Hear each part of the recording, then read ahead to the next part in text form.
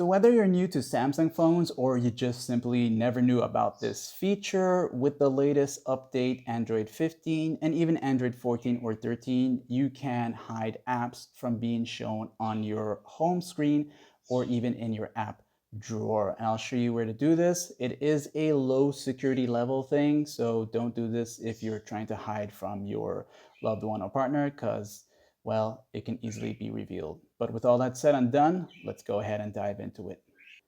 So let me just show you an example here at the moment. I'll just go into all the apps I have on my phone. And maybe let's just say you don't want anybody to know you have Facebook. You don't want it to show on the home screen or in the app drawer. So in order to hide it away, you can long press a blank area on the home screen like this. And when you do this, you'll see the settings option here. Go ahead and tap on that.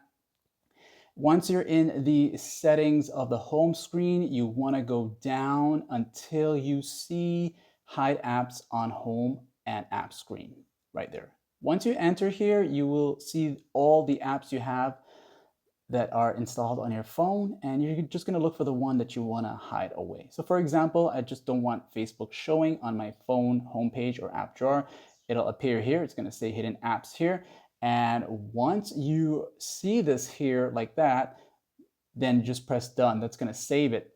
And now if I come out of here, I'm going to show you that when I go here into the app drawer, there is no Facebook shown here. However, if you always want to check your partner phone to see if they actually have it hidden or what, you can just go to the Play Store, or if it's an app from the Samsung, the Galaxy Store itself, you just go in there, search it, and it'll show that they have it installed already.